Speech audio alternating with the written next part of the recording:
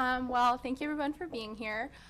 Just before I get started, I'm going to kind of give you an outline of what I'm going to talk about. Basically, I'm going to give you how I got from entering college, don't know what I want to do, to graduating college, being employed, talking on fancy panels with cool people, and then I'm going to tell you what I did so that you can semi-replicate it.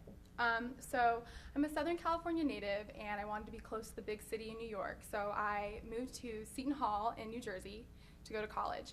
And I had no clue what I wanted to do, like most 18-year-olds. So I joined the College Republicans because my dad told me to. And I was like, this is not going to work. So I quit the College Republicans after my freshman year and joined the College Libertarians, which was a whole nother bag of weirdos mostly. But smart weirdos. I love them. So at the time, Students for Liberty was just starting to kind of wind up. And I went to their New York Regional Conference, and this is where kind of the whole world got open to me. I heard of organizations like Cato and FEE and the Foundation for Individual Rights and Education and IHS, and it was just like liberty overload. So I picked up all the pamphlets, and I went back and I read everything, and I was like, this is awesome. This is what I want to be a part of. I want to be a part of a movement that's fighting for a freer world. So I applied for an internship with FIRE, the Foundation for Individual Rights and Education, which is in Philadelphia. And it's mostly an educational internship, so it was a lot of lectures. But one thing that I had to do was I had to write thank you notes to donors, because FIRE, just like Cato and Reason and all these other organizations, is a nonprofit.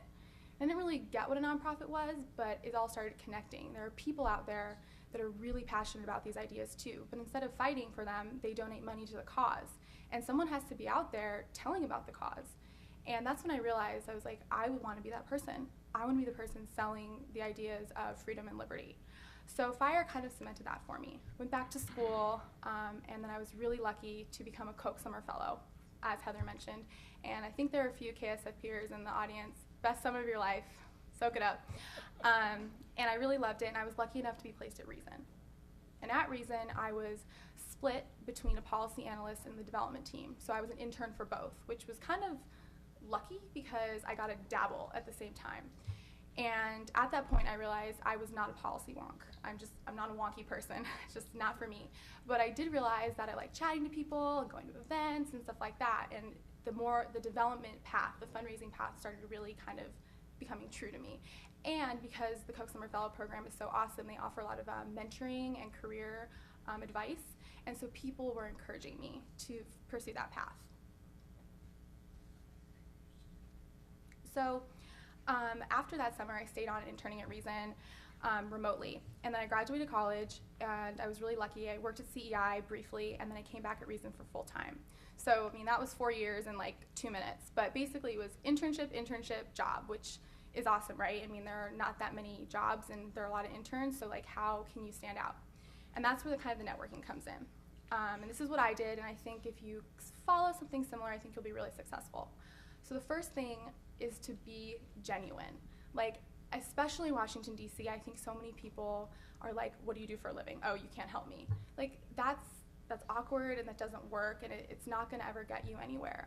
If you tonight are out there drinking and feeling weird and sleazy for talking to people, you're doing it wrong. Like, it's not stressful. It's just, you're just having conversations with people. And that's kind of what leads into my main point, which is networking is really just making friends professionally. And I know that kind of sounds corny, like, yeah, I'm sure. But really, it is. Like, in your personal life, you want to become friends with people who enrich you and make your life better. Why would that be any different professionally? You want to be around people that enrich your life and can hopefully help your career advance. It's no different. And just like how, think about your best friend. I don't know whoever they are. My best friend is in the audience. Shout out. You don't become best friends with them overnight, and you don't get a job overnight. Networking is a long-term relationship building skill, just like being friends with somebody.